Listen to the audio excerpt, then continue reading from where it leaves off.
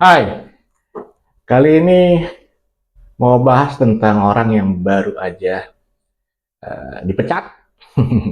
Ini gara-gara sahwat setitik rusak susu sebelanga.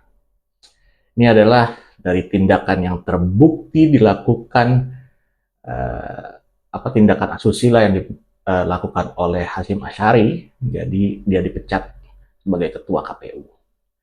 Nah, Dewan Kehormatan Penyelenggara Pemilu atau DKPP ini menyatakan Hasyim bersalah melanggar etik dan terbukti melakukan pelecehan seksual terhadap pengadu yang berinisial CAT. Nah, selanjutnya Presiden Joko Widodo atau Jokowi ini mengeluarkan keputusan presiden soal pemberhentian ketua KPU. Catatan kelam ketua KPU ini bukan pertama kali terjadi.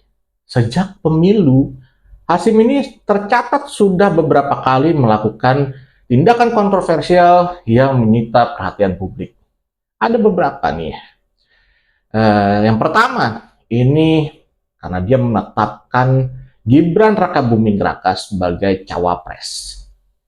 Hasyim ini berkontribusi melenggangkan Gibran untuk bisa maju dalam kontestasi Pilpres 2024 sebagai calon wakil gubernur.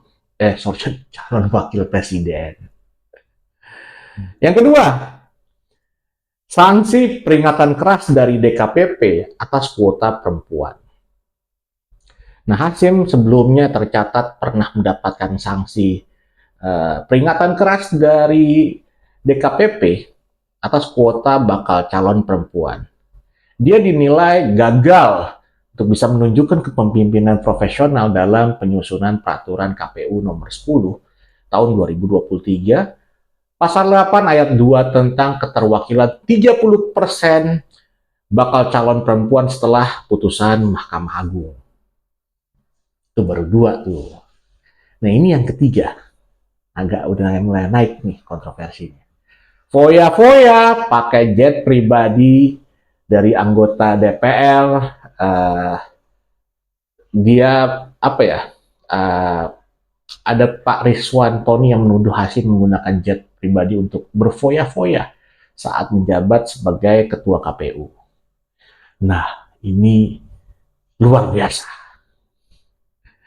Yang keempat, ya ini dia pernah mengatakan ada pemilu ini akan tertutup sebelum pemilu 2024 diselenggarakan. Sesuai dengan azas yang berlaku katanya.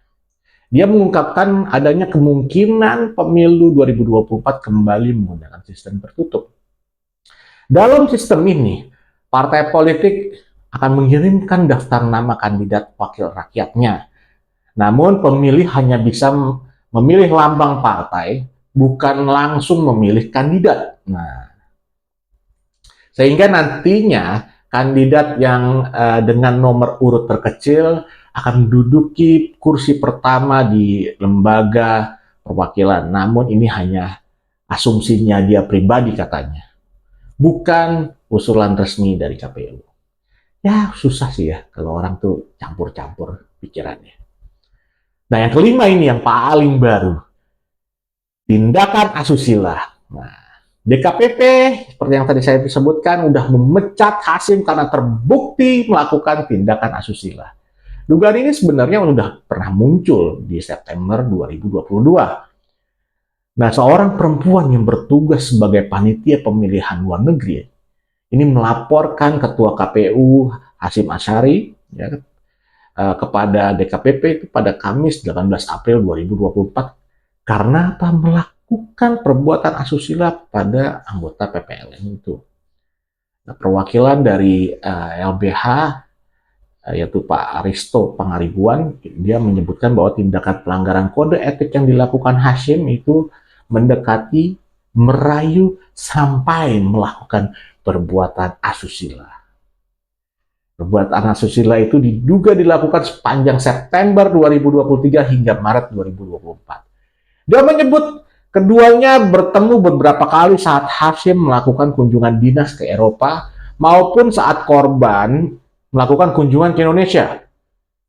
Gak hanya itu, Aristo itu menyebut ada upaya aktif dari Hashim untuk merayu dan mendekati korban selama keduanya tidak bertemu. Wih, ya kan, usaha terus. Ya diketahui Hashim beberapa kali mendesak korban untuk pergi bersama saat kunjungan kerja di Eropa. Dia berbekal jabatannya sebagai ketua KPU pada saat itu, Hashim mendesak korban, mendesak untuk bertemu hingga melakukan hubungan badan pada Oktober 2023. Wah, udah gak kuat kayaknya nih.